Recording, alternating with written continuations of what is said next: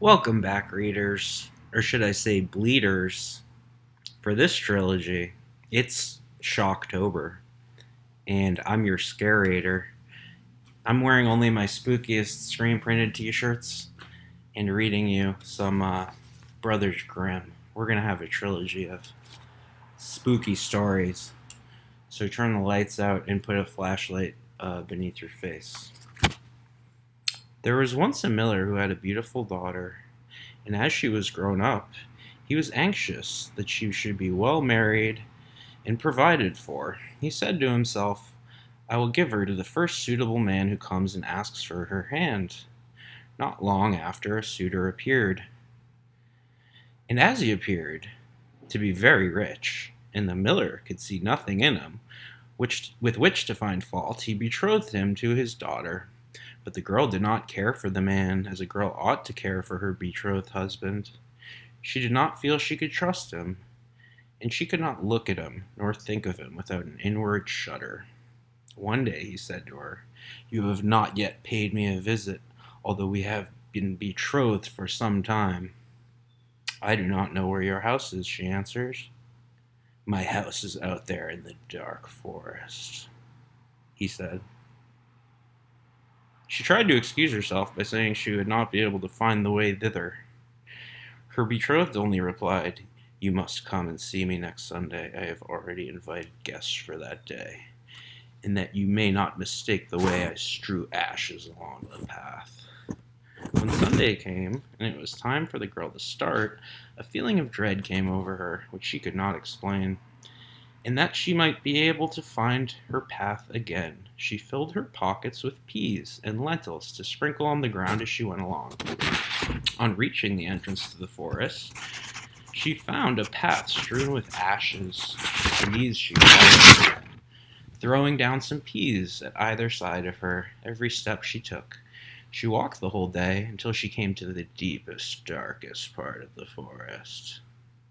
There she saw a lonely house, looking so grim and mysterious that it did not please her at all. She stepped inside, but not a soul was to be seen, and a great silence reigned throughout. Suddenly a voice cried, turn back, young maiden fair. Linger not in this murderer's lair. The girl looked up and saw that the voice came from a bird hanging in a cage on the wall. Again it cried, turn back, young maiden fair. Linger not in this murderer's lair. The girl passed on, going from room to room of the house, but they were all empty, and she still saw no one. At last she came to the cellar, and there sat a very, very old woman, who could not keep her head from shaking. Can you tell me, asked the girl, if my betrothed husband lives here? Oh, you poor child, answered the old woman. What a place for you to come to. This is a murderer's den. You think yourself a promised bride, and that your marriage will soon take place, but it is with death that you will keep your marriage feast. Look, do you not see the large cauldron of water, which I am obliged to keep by the fire? On the fire. She's boiling a cauldron. She's very, very old, guys. As soon as they have you in their power, they will kill you without mercy, and cook you and eat you, for they are eaters of men.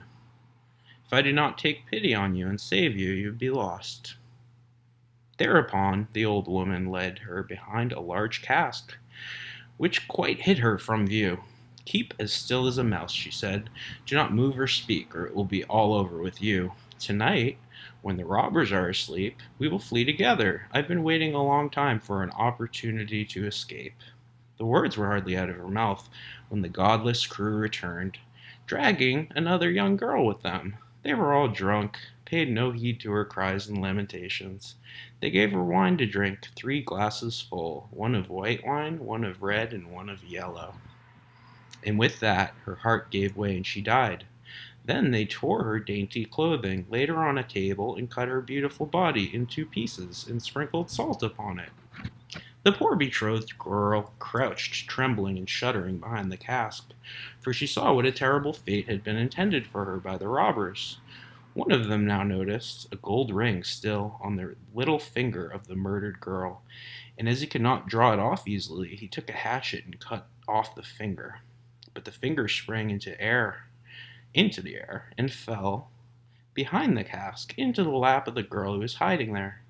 The robber took a light and began looking for it, but he could not find it. "Have you come behind the large cask?"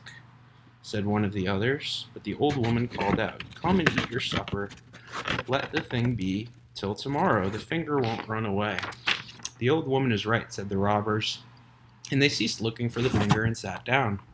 The old woman then mixed a sleeping draught with their wine, and before long they were all lying on the floor of the cellar, fast asleep and snoring. As soon as the girl was assured of this, she came behind the cask. She was obliged to step over the bodies of the sleepers who were lying close together, and every moment she was filled with renewed dread, lest she should awaken them. But God helped her, so that she passed safely over them. And then she and the old woman went upstairs, opened the door, and hastened as fast as they could from the murderer's den. They found the ashes scattered by the wind, but the peas and lentils had sprouted and grown sufficiently above the ground to guide them in the moonlight along the path. All night they walked. It was morning before they reached the mill. Then the girl told her father all that had happened. The day came that had been fixed for the marriage. The bridegroom arrived, also in the company of guests, for the miller had taken care to invite all his friends and relations. As they sat for the feast, each guest, in turn, was asked to tell a tale. The bride sat still and did not say a word. "And you, my love," said the bridegroom, turning to her, "is there no tale you know? Tell us something." "I will tell you a dream, then," said the bride. "I went alone through a forest and came to a house. Not a soul I could find within, but a bird was hanging in the cage on the wall, and cried, 'Turn back, young maiden fair, linger not in this murderer's lair.' And again, a second time, it said these words, 'My darling, this is only a dream.' I went on through the house, from room to room, but they were all empty, and everything was so grim and mysterious. At last I went down to the cellar, and there sat a very old woman, who could not keep her head still. I asked her if my betrothed lived here, and she answered, 'Ah, poor child, you come to a murderer's den. Your betrothed does indeed live here, but he will kill you without mercy, and afterwards cook you and eat you.' My darling, this is only a dream." The old woman hid me behind a large cask, and scarcely had done this when the robbers returned home, dragging a young girl along with them. They gave her 3 kinds of wine to drink, white, red, and yellow, and with that she died. My darling, this is only a dream. Then they tore off her dainty clothing, and cut her beautiful bodies into pieces, and sprinkled salt upon it. My darling, this is only a dream. And one of the robbers that there was a gold ring left on her finger, and as it was difficult to draw off, he took the hatchet and cut off her finger. But the finger sprang into the air and fell behind the cask into my lap. And here's the finger with the ring. And with these words, the bride drew forth the finger and shooed it into the assembled guests. The bridegroom, who during this recital had grown deadly pale, up and tried to escape, but the guests seized him and held him fast. They delivered him to justice, and he and all his murderous band were condemned to death for their wicked deeds. Have a scary Sunday, guys. Fucking crushing it.